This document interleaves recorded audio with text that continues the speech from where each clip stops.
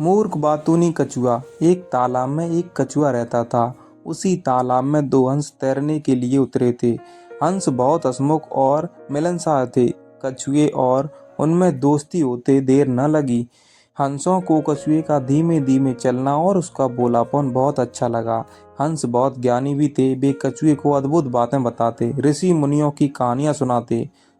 हंस तो दूर दूर तक घूमकर आते थे, इसलिए दूसरी जगहों की अनोखी बातें कछुए को बताते। कछुआ मंत्र मुग्ध होकर उनकी बातें सुनता।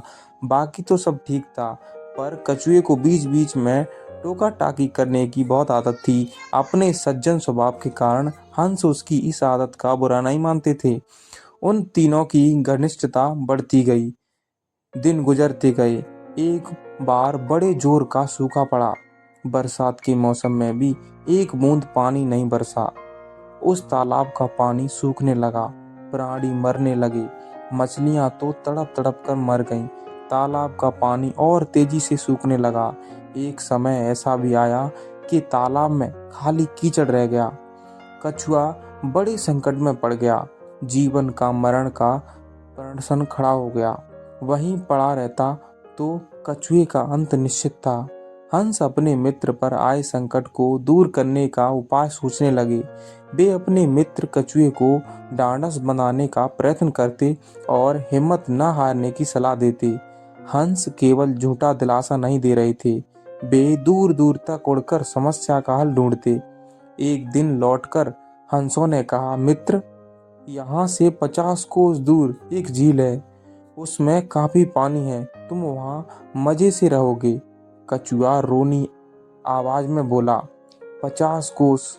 इतनी दूर जाने में मुझे महीनों लगेंगे, तब तक तो मैं मर जाऊंगा। कछुए की बातें भी ठीक थीं।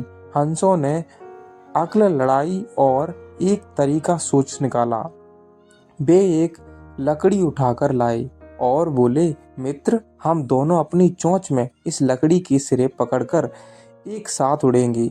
तुम इस लकड़ी को बीच में से मुंह से थामे रहना। इस प्रकार हम उस झील तक तुम्हें पहुंचा देंगे। उसके बाद तुम्हें कोई चिंता नहीं रहेगी। उन्होंने चेतावनी दी, पर याद रखना, उड़ान के दौरान अपना मुंह ना खोलना, वरना गिर पड़ोगे। कछुए ने हामी में सिर हिलाया। बस लकड़ी पकड़कर हंस उड़ चले। उनके बीच में लकड़ी मुंह दाबे कछुआ। वे एक कस्बे के ऊपर से उड़ रहे थे कि नीचे खड़े लोगों ने आकाश में अद्भुत नजारा देखा। सब एक दूसरे को ऊपर आकाश का दृश्य दिखाने लगे। लोग दौड़ दौड़ कर अपने छज्जों पर निकल आए। कुछ अपने मकानों की छतों की ओर दौड़े। बच्चे, बूढ़े, औरतें और जवान सब ऊपर देखने लगे। खूब शोर मचा। कछुए की नजर नीचे उन लोगों पर पड़ी। उसे आश्चर्य हुआ कि उन्हें इतने लोग देख रहे हैं।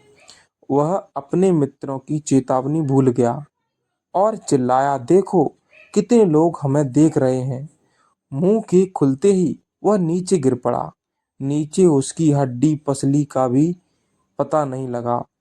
इस कहानी की सीख है, बेमौके मुंह खोलना बहुत महंगा पड़ता है। कहानी पसंद आए तो वीडियो को एक लाइक, चैनल को सब्सक्राइब जरूर करें। धन्यवाद।